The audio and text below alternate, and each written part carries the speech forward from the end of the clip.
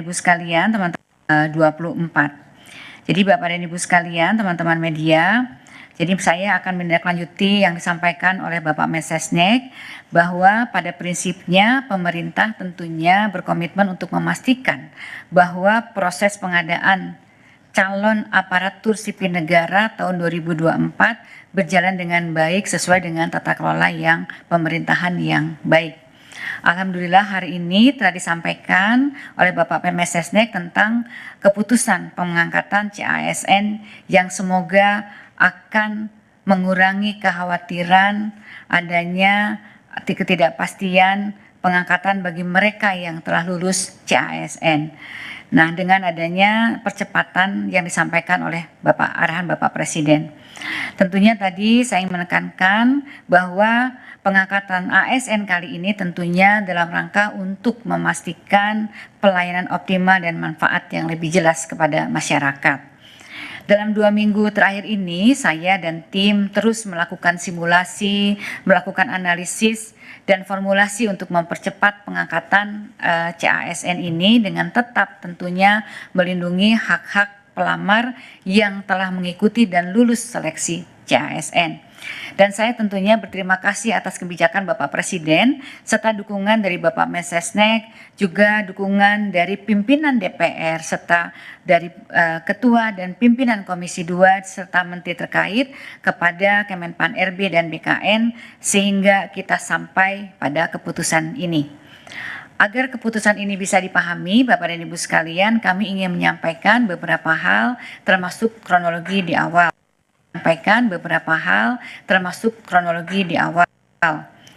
Sedari awal, pemerintah melalui Kementerian Pan RB dan BKN melakukan penyesuaian pengangkatan untuk memastikan dampak positif dan manfaat jelas bagi pelayanan masyarakat serta melindungi CASN dari berbagai resiko yang ditemui di lapangan yang dapat menyebabkan pengangkatan CASN tidak optimal.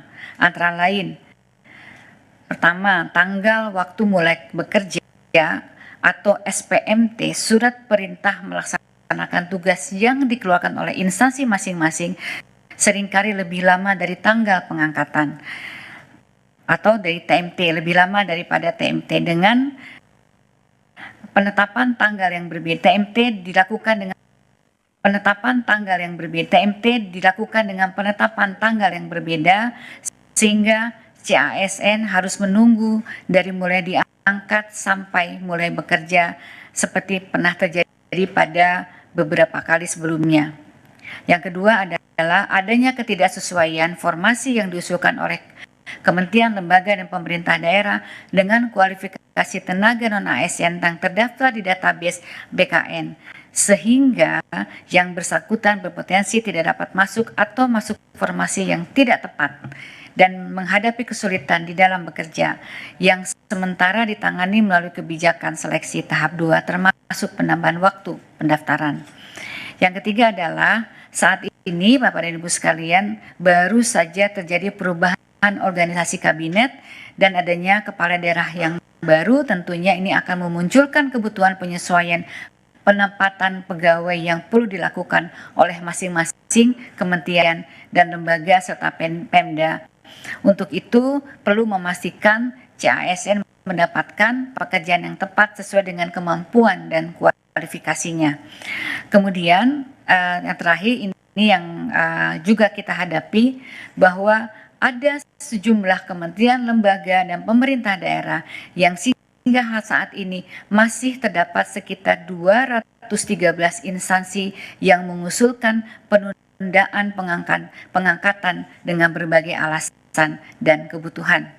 Oleh karena itu, sejak awal pemerintah telah mengambil kebijakan penyesuaian pengangkatan untuk memastikan dampak positif dan manfaat jelas bagi masyarakat serta melindungi CASN dengan menata secara komprehensif proses dan kesiapan di lapangan agar TMT dan SMPT sama formasi tepat dengan kualifikasi penempatan yang sesuai dengan dan adil dan kementerian, lembaga, serta Pemda lebih siap. Analisis dan koordinasi awal menunjukkan bahwa instansi bisa siap di waktu yang telah disepakati yang lalu. CPNS di Oktober 2025, P3K di Maret 2026. Ini murni karena kami ingin memperkuat dan memastikan kesiapan instansi pemerintah, baik pusat maupun daerah di lapangan dalam pengangkatan CASN yang harus dilaksanakan secara hati-hati dan menjamin kepastian pengangkatan. Menanggapi dinamika yang ada dan aspirasi dari masyarakat dalam 2 minggu terakhir, sebagaimana telah disampaikan di atas bahwa saya dan tim PAN-RB, serta BKN, serta instansi terkait terus melakukan simulasi, analisis, dan formulasi untuk menghitung dan mempercepat pengangkatan CASN dengan tetap seoptimal mungkin melindungi hak-hak CASN. Oleh karena itu, rekan-rekan media, saya mohon maaf apabila di dalam masa 2 minggu terakhir kami belum bisa melayani permintaan diskusi di media karena memang masih fokus dan berkonsentrasi terus untuk menyiapkan solusi. Alhamdulillah kami dapat menemukan mekanisme percepatan dan Bapak Presiden menyambut baik upaya ini, kemudian memberikan arahan yang sangat berpihak kepada rakyat dan CASN sebagaimana yang kita dengar dari Bapak Mensesnek pada siang hari ini.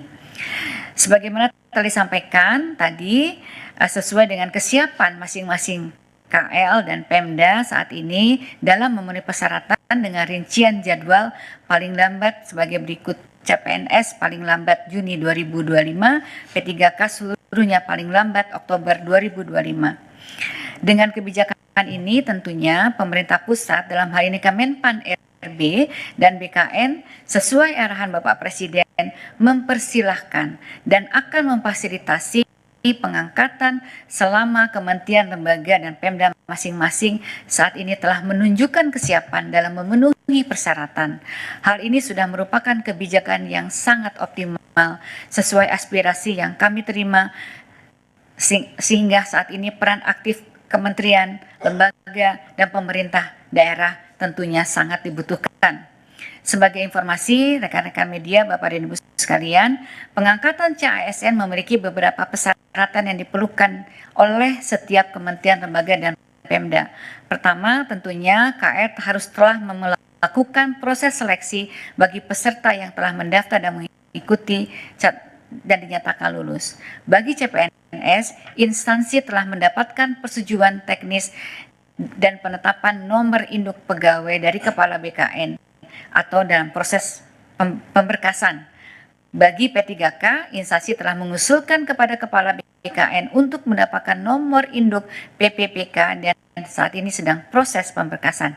Instansi telah mendapatkan penerbitan NIP CPNS nomor induk P3K yang diterima P3K. Kemudian peserta telah membuat surat pernyataan bersedia mengabdi dan tidak mengajukan pindah instansi. Pejabat pembina kepegawaian menetapkan keputusan pengangkatan sebagai ASN dan instansi telah menyiapkan anggaran yang tertuang di dalam DIPA Kementerian, Lembaga, dan Pemerintah Daerah, sarana prasarana instansi pemerintah untuk mengangkat CASN yang akan diangkat.